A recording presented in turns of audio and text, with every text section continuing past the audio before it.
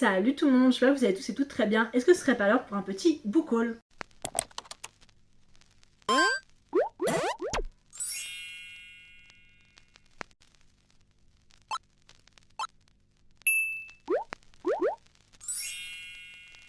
Regardez-moi, on est fin février, je vous fais un book haul, sachant que j'en ai fait un fin janvier. Avant, je vais faire des book hauls tous les mois, mais écoutez, pourquoi pas. Vu que c'est le dernier jour de février, je me suis dit, quoi mieux de faire un book haul parce que j'ai acheté quand même pas mal de livres, autant que je n'ai pas encore avec moi, mais que j'ai acheté, précommandé et que j'ai avec moi. Donc je me suis dit, ce serait pas mal de vous les présenter. Comme ça, quand je fais ma pile à lire, au moins, j'ai pas besoin de tous vous les représenter ou à vous dire, j'ai acheté ça et j'ai acheté ci récemment.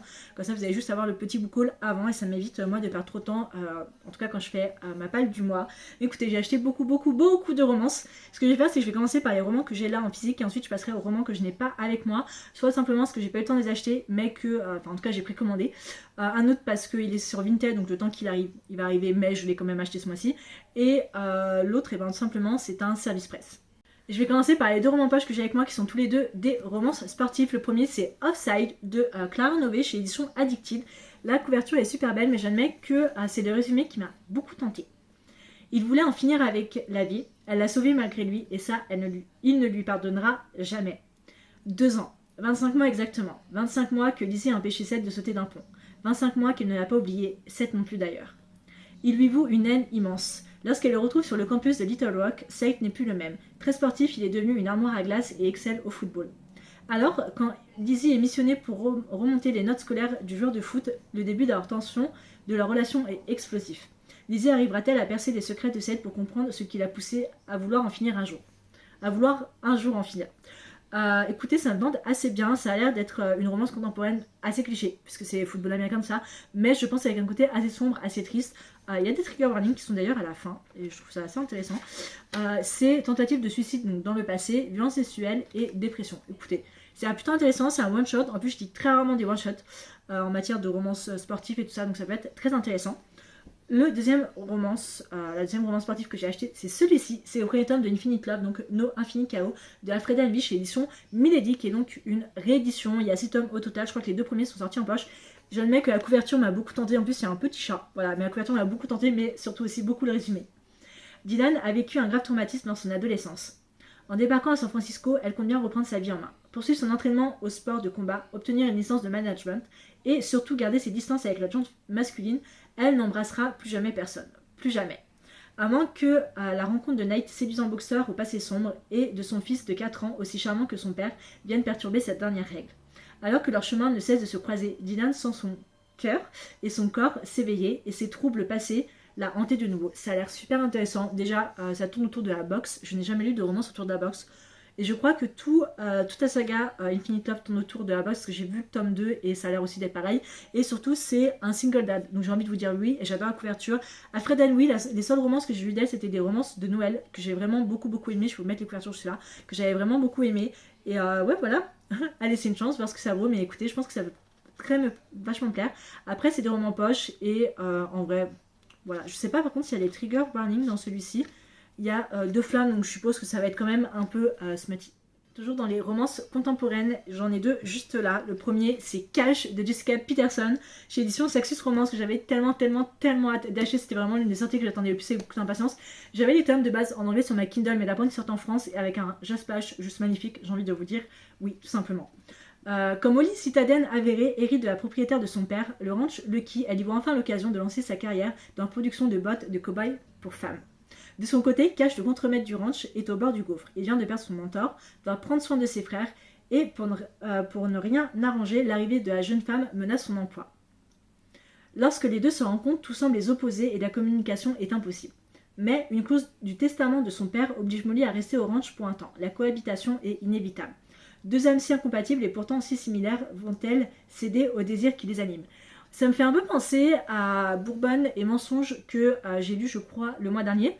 Donc en janvier, qui fait aussi partie de Saxus Romance, que j'ai beaucoup aimé. Il y a beaucoup de gens qui ont moins aimé, mais celui-ci, je sais qu'il y a beaucoup de gens qui aiment.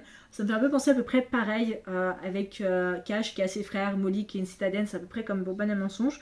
Mais écoutez, c'est de la romance cowboy. Et les troupes qu'il y a dessus, c'est cowboy, cohabitation forcée, enemies to lovers et petite ville. Et il m'a coûté que 15€. J'ai envie de vous dire oui. Les romans comme ça qui coûtent 15€, qui font 400 pages à peu près.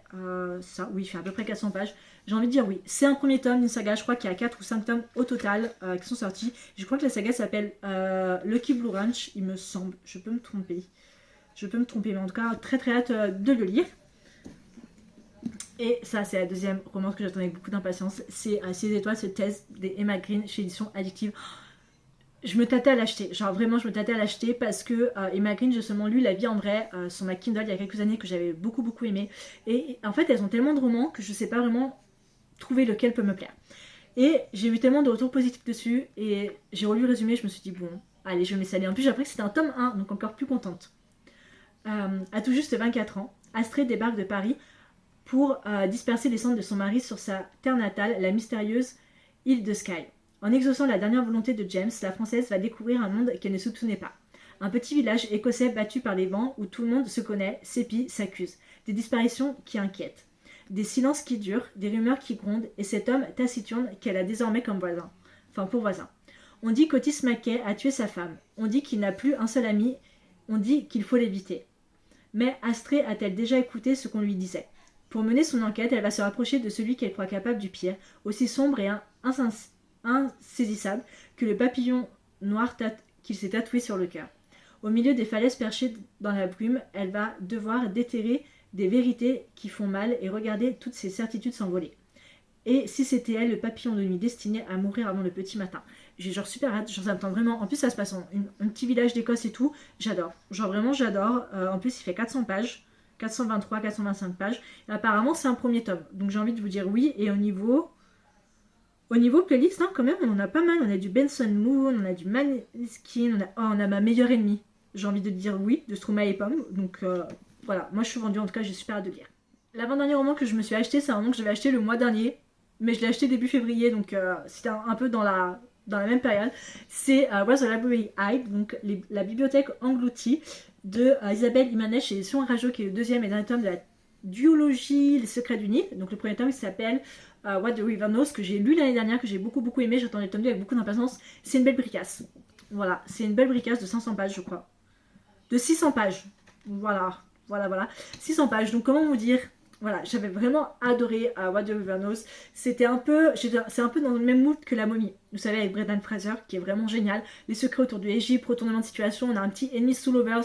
Et le tome 1 ça a été sur un petit cliffhanger. Je me suis dit, oh mon dieu. J'hésitais à m'acheter la suite en anglais, mais je suis très contente d'avoir attendu parce que voilà. Mais très hâte en tout cas de dire. Le dernier roman physique que je me suis acheté, c'est un livre en anglais, c'est Fearless de Lauren Roberts, que là j'ai en anglais chez édition Simon & Schuster, qui est le troisième et dernier tome de sa trilogie Powerless, qui est disponible chez édition Olympe en français. Je l'ai acheté sur Amazon, je ne me conseille pas d'acheter sur Amazon parce que c'est mieux les librairies indépendantes et les librairies en général, mais impossible de le trouver en paperback, comme ça il était qu'un hardback et je voulais pas que ça tâche avec... Powerless, c'est la crise que j'ai déjà. Je l'ai acheté, je l'ai lu dans mon dernier reading blog et j'ai mis 3,5, voilà. Mais je le garde parce que j'aime beaucoup Powerless et Reckless, ce serait bête de me débarrasser de celui-ci. Mais voilà, donc c'est lu, c'est fait. Je suis contente de l'avoir lu. En ce qui concerne les romans que je n'ai pas avec moi, le premier c'est un SP que j'ai reçu des éditions Actus CCF parce que je suis encore partenaire cette année donc je suis trop contente. C'est Départ pour les truies, qui est une petite novella qui sort le 12 mars prochain. Je compte le lire là au mois de mars, pas compté dans ma palle mais je compte le lire quand même. Donc voilà, c'est une petite novella de même pas 182 pages qui me plaisait plutôt bien. Donc voilà, à voir ce que ça peut donner. C'est un nouvelle auteur-autrice à en devenir, donc à voir ce que ça donne. J'ai aussi, j'ai commandé sur Vinted le tome 1, 2 et 3 poche illustrée de Campus Driver de C.S. Quill et il m'a fallu 3 reprises pour réussir à les avoir. J'ai commandé la première fois sur une personne dernier moment.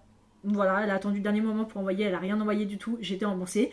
J'ai tenté une deuxième fois avec une autre personne. J'avais pas de nouvelles, j'ai envoyé un message, on m'a pas répondu. Dernier moment, pareil, on m'a remboursé. Et donc j'ai jamais 203, j'ai essayé. Heureusement ça a été envoyé, donc très hâte de recevoir ça. Tout simplement parce que la série arrive cette année et que j'ai envie de les avoir avec moi.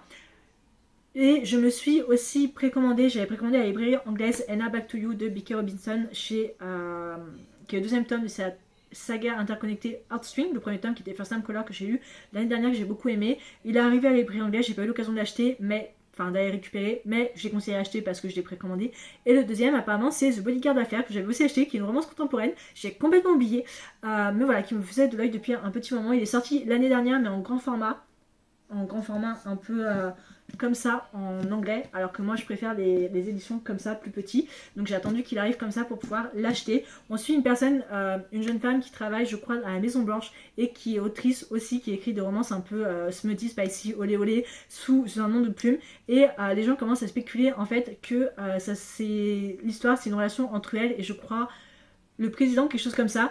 Et donc on m'a un peu embarqué dans cette aventure, un peu ça peut donner. J'ai très hâte en tout cas voilà, de voir ce que ça peut donner. Donc voilà, c'était tout pour mon petit book haul. Moi en tout cas j'aimerais beaucoup savoir c'est quoi les romans que vous avez achetés en février. En ce qui concerne en mars, j'ai pas trop de sorties qui m'intéressent tant que ça. Si j'ai le roman sur Alice avec Christina Henry qui sort. J'ai aussi le Morgane Moncomble évidemment que je vais l'acheter, voilà. Et pareil, il faut que je continue niveau anglais, que je fasse un peu le tri, regarder ce qui me fait envie, que je précommande, voilà. Mais en tout cas, j'espère vraiment que la vidéo vous a plu. Je vous retrouve la prochaine fois pour une prochaine vidéo qui sera ma pile à lire du mois de mars. Ciao!